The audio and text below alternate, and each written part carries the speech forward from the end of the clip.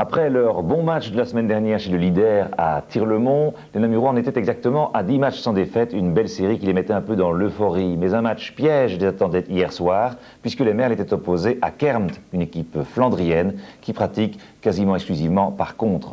Avant la rencontre, tout le stade observait une minute de silence à la mémoire d'Aimé Delvaux, qui était en fait le soigneur de l'UR Namur et qui nous quittait prématurément à l'âge de 69 ans. C'est une figure emblématique et pittoresque du football namurois. Nous nous inclinons évidemment devant sa disparition.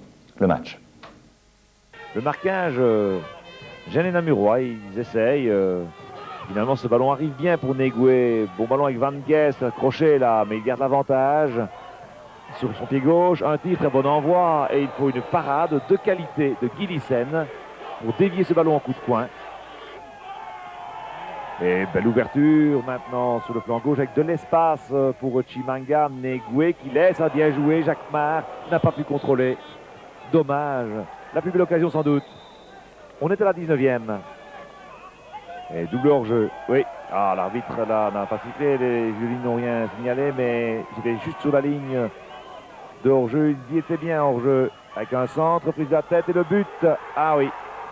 À mon sens, au départ, il y avait une position de hors-jeu de deux joueurs de Kermt. Enfin, on laissera le bénéfice du doute pour l'arbitre. 0-1, tout à fait injustifié à la 26e. Nouvelle ouverture sur le flanc gauche. Allez, avant la mi-temps, ce serait bien.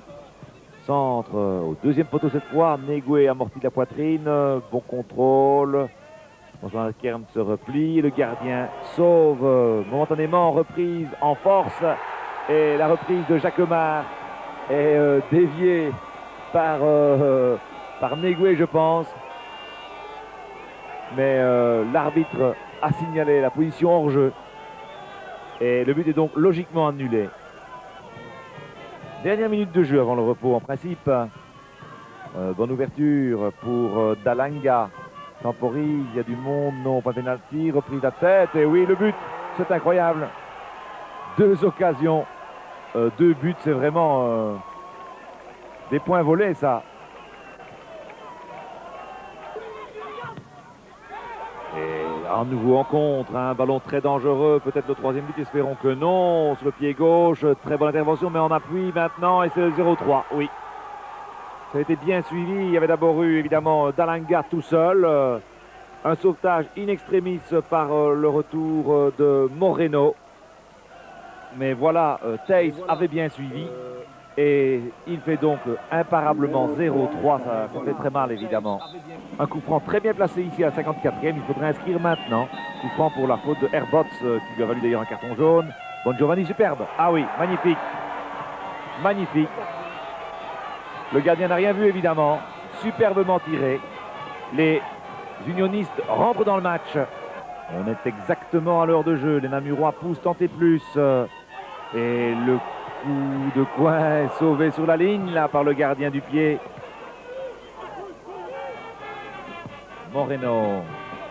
Bon Giovanni. Un bon ballon là, super pour Olivier. Le but, le voici, non, sauvé d'une touchette du gardien. Une belle détente. Et c'est un nouveau coup de coin. La rencontre qui devient de plus en plus nerveuse, de plus en plus de phases arrêtées. Avec une reprise superbe. Ah, magnifique reprise de Voigt qui vient de monter au jeu, il vient de remplacer Van Guest. Ça manquait sans doute un peu de puissance, mais une volée comme ça, c'est pas facile à réussir. Et l'accrochage entre Chimanga et Dalanga. L'arbitre siffle la faute à l'avantage du Namurois. Et il va mettre un carton rouge, tiens, carte rouge. Je vous avoue que la raison m'échappe, je n'ai pas bien vu, mais enfin on fait confiance à l'arbitre qui était le nez sur les deux joueurs.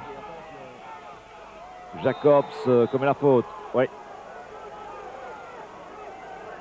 Nouveau carton pour Jacobs. Et à mon avis, ce sera la carte rouge, puisqu'il était le dernier homme. Voilà, ça c'est une faute, une carte logique. Et une dernière possibilité, ce sera le 4e but sans doute. Briouard se faisant passer par Hagelstein. Voilà, 1-4. La leçon de réalisme est donnée de bout en bout, en contre chaque fois. Kern a imposé sa loi. Les Namurois n'ont plus que sauver l'honneur. Voilà qui met fin à une longue série de matchs sans défaite. La période d'euphorie est terminée.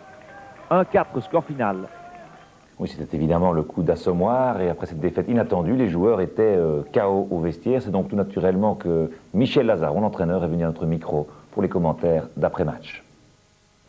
Bon, Michel Lazaron, évidemment, personne ne se précipite à notre micro. Vous êtes monsieur Bons Offices, forcément. Une défaite qu'on n'attendait pas. Hein. Ben non, personne ne l'attendait. Elle arrive, 10 matchs en défaite. J'avais bien prévenu les garçons avant le match de dire que c'était pas gagné d'avance, qu'il fallait être appliqué, concentré.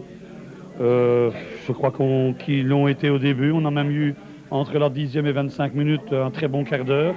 Et puis il y a eu ce premier goal qui nous a un petit peu coupé. J'aimerais bien revoir les matchs à la TV pour voir s'il n'y a pas hors-jeu sur le premier goal.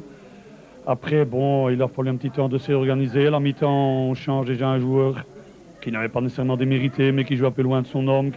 Patrick est un garçon un peu plus âgé, 2 dimanches sans jouer. Ça a peut-être été dans les jambes. On a essayé quelque chose avec... Giovanni en est un plus, hein? Ben, on a essayé quelque chose avec Enzo. Il a amené. Maintenant, il aurait fallu marquer vite.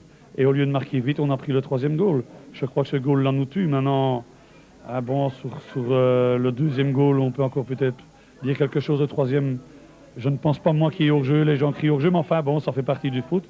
Je crois qu'il ne faut pas chercher des excuses. Aujourd'hui, on a eu beaucoup de déchets dans le jeu. On a été brouillon, surtout de la part de nos 2 attaquants. Et quand mes 2 attaquants sont muets, on a difficile à marquer.